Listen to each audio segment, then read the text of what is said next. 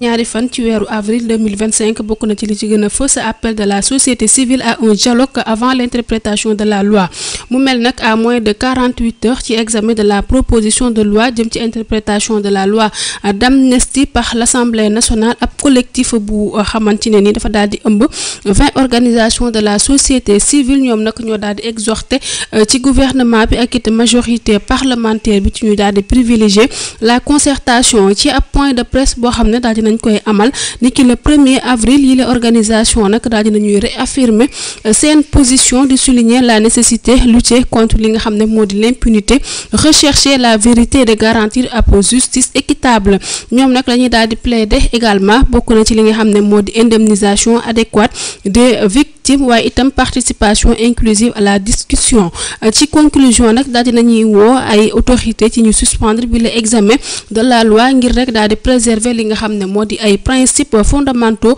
de justice et de transparence enseignement supérieur fii ci Sénégal ab centaine d'universités privées non reconnues le ministre de l'enseignement supérieur et de la recherche di docteur Abdourahmane Diouf daal dinay révéler que ci li nga xam ne moo di 298 universités privées yi nekk fii ci biir Sénégal environ un tiers rempliruñ benn yoon yi les conditions d'agrément d'habilitation waaye itam accréditation malgré loolee nag ay étudiants daal dinañuy jël en charge par l'État daal dinañuy leen di affecté foofee di poser ab problème de reconnaissance ci seeni diplôme ci marché du travail bi gouvernement bi nag daal dinay fas yéene saisir le secteur par le dialogue ak ay mise en demeure plutôt que par des sanctions directives ngir rek daal di garantir ab enseignement supérieur de qualité. ñu wax àddu jëm ci li nga xam ne moo di mouvement bi nga xam ne moo tabax Sénégal ab nouvelle initiative pour l'emploi et l'investissement gouvernement sénégalais nag daal dina lancé tabax Sénégal mu di ab initiative portée par le président Bassirou Diomaye Faye bi la plateforme nag di viser mettre en relation ay chercheurs d'emploi entrepreneurs ak it investisseurs dina daal di permettre itam ñi di demandeurs d'emploi yi ci ñu accéder ci ay opportunités adaptées ak ci seeni compétences aux porteurs de projet waaye itam daal di trouver ay soutien ak ay financement itam ay investisseurs d'identifier yile projet à fort potentiel bi la initiative nag daal di dugg ci ab démarche de dynamisation à l'économie nationale bi la plateforme nag mu daal di accessible via tabaxsenegal.sn CAN U17 le Sénégal daal di ne dominer la Gambie tey daal di démarrer par une victoire 1-0 le Sénégal daal di ne réussir son entrée dans la CAN U17 daal di dóor ki nga xam ne moo di Gambie ci benn bal ci dara ci derby bi nga xam ne amaloon nañ ko Ouest africain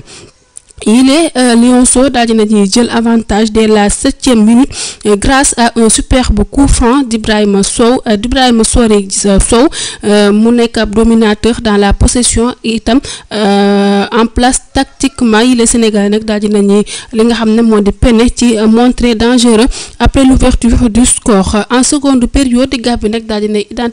intensifier la pression waaye nag solidité défensive sénégalaise yi ak it arrêt décisif bu gardien bii di Vincent Gomis daal di ne permettre ñu daal di conserver davantage li nga xam ne rek moo di seen énergie la Tunisie daal di ne largement battu la Somalie ci 3-0 waaye itam dina daal di défier le Sénégal niki le 4 avril pour le deuxième match du groupe C.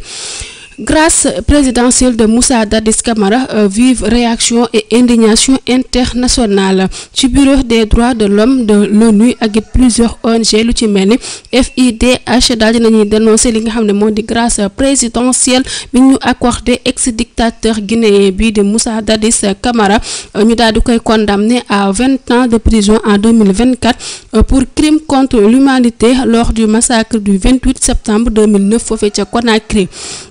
moom nag daal di nañ koy libéré pour raison de santé sous décision du chef de la junte Mamadi Doumbouya bi les mesures suscité nag daal di suscité ab vive indignation chez les défenseurs des droits humains yi nga xam ne daal di nañuy gis ab coup porté à la justice et la lutte contre l'impunité ONU nag daal di ne ONU ak ay plusieurs ONG daal di nañuy réclamer li nga xam ne moo di annulation bi les grâce tey daal di estimer qu'elle bafoue les droits des victimes et les engagements internationaux de la Guinée.